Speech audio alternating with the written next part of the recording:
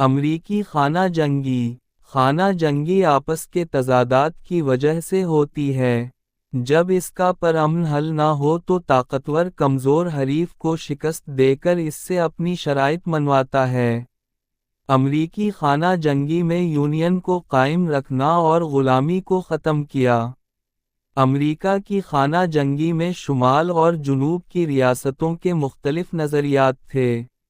دونوں ریاستوں کے معاشرے مختلف روایات کے تحت قائم ہوئے اور ایک دوسرے کے مخالف ہوتے چلے گئے۔ شمال کی ریاستوں میں سرمایہ دارانہ نظام تھا۔ فیکٹریاں تھیں جن میں مزدور 13-14 گھنٹے مشقت کر کے سرمایہ داروں کو منافع فراہم کرتے تھے۔ ان کو کسی قسم کی آزادی نہ تھی۔ کارکنوں میں بچے بھی شامل ہوتے تھے اور نوجوان لڑکیاں بھی، جن کا جنسی استحصال کیا جاتا تھا۔ یہاں افریقی غلاموں کی بہت کم تعداد تھی، لیکن سفید فام نسل پرستی کا تعصب پوری طرح پھیلا ہوا تھا۔ سیاسی طور پر یہ ریاستیں اپنے مفادات کے لیے سرگرم تھیں۔ ان کے مقابلے میں جنوب کی ریاستوں میں فیوڈل نظام تھا۔ یہاں ابتدا میں آنے والوں میں، جن کا تعلق انگریزی امرا کے طبقے سے تھا، زمینوں پر قبضہ کر کے بڑے پیمانے پر کھیتی باڑی شروع کی۔ زمینوں پر کام کے لیے انگلستان سے بے روزگار اور غریب لوگوں کو یہاں لا کر آباد کیا۔ زمینوں پر قبضے کا سلسلہ جاری رہا۔ مقامی ریڈ انڈینز کو بے دخل کر کے ان کی زمینوں پر قبضہ کر لیا گیا۔ اس لیے یہاں زیادہ مزدوروں کی ضرورت تھی، لہٰذا اس مقصد کے لیے افریقہ سے بڑی تعداد میں غلاموں کو درآمد کیا گیا۔ یہ غلام مالک کی جائیداد ہوتے تھے، اور یہ بڑے بڑے کھیتوں میں صبح سے شام تک محنت مزدوری کرتے تھے۔ ان کے کام کی اووسیہ نگرانی کرتا تھا، اور ان کی ننگی پیٹھ پر کوڑے مارتا تھا۔ ساؤتھ کے امرا جن فصلوں سے منافع کماتے تھے ان میں تمباکو، کپاس اور چاول تھے۔ کپاس کی مانگ پورے یورپ میں تھی۔ یہاں صنعتی انقلاب کے بعد ٹیکسٹائل انڈسٹری کو فروغ ہوا تھا۔ ان حالات میں غلامی کا ادارہ جنوب کی ریاستوں کے لیے بے انتہا منافع بخش ہو گیا تھا۔ وہ غلامی کو جائز قرار دینے کے لیے مختلف دلیلیں پیش کرتے تھے۔ مثلاً ایک دلیل یہ تھی کہ یہ ادارہ بہت قدیم ہے۔ یونان، رومی سلطنت اور ایران میں بھی یہ ادارہ موجود تھا۔ یہ اس کی تاریخی حقیقت ہے۔ مذہبی طور پر بھی اس کو جائز قرار دیا گیا کہ نوح کے بیٹے حام نے جب باپ کی مخالفت کی تو خدا نے اس کی جلد کو کالا کر دیا اور اسے کمتر مخلوق بنا دیا، لہٰذا غلامی اس کا مقدر ہے۔ مذہبی رہنماؤں نے بھی بائبل کے ذریعے غلامی کو جائز قرار دیا، اور یہ مثال دی کہ پال نے کئی جگہ کہا ہے کہ خادم کو آقا کی اطاعت کرنی چاہیے۔ ان دلائل کے ساتھ ساؤتھ کی جانب سے یہ بھی کہا گیا کہ اس میں غلاموں کو بڑی سہولتیں دی گئی ہیں۔ وہ دن بھر کام کر کے جب اپنی آرام گاہ میں جاتے ہیں تو پیٹ بھر کر کھانا کھاتے، پھر موسیقی اور رقص سے محظوظ ہوتے۔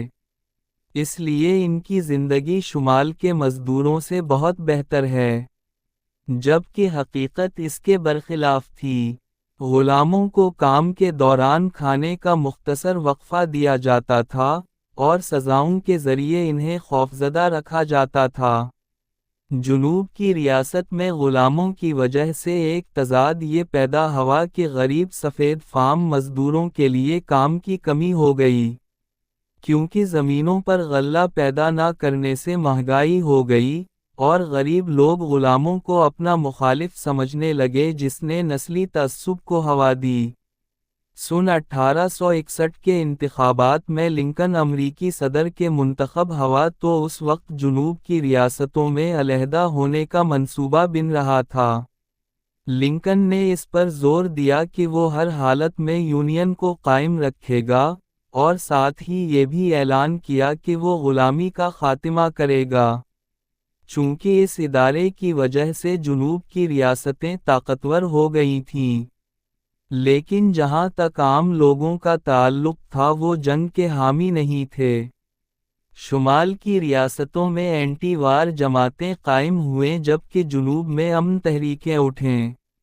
لیکن جب جنگ کی ابتدا ہوئی تو شمال اور جنوب دونوں ریاستوں میں نوجوانوں کو زبردستی فوج میں بھرتی کیا گیا۔ لنکن نے شمال کی ریاستوں میں سیاسی آزادی کو ختم کر دیا تاکہ کوئی جنگ کی مخالفت نہ کرے۔ جو لوگ فوج میں شامل ہوئے ان کے بیوی بچے تنہا رہ گئے اور ان کی آمدنی کا بھی کوئی ذریعہ نہ رہا۔ عام فوجیوں نے شکایت کی کہ فوج میں افسروں کو سہولتیں دی جاتی ہیں، انہیں اچھا کھانا دیا جاتا ہے، بیمار ہونے کی صورت میں علاج معالجہ ہوتا ہے، جبکہ عام فوجی ان سہولتوں سے محروم رہتے ہیں۔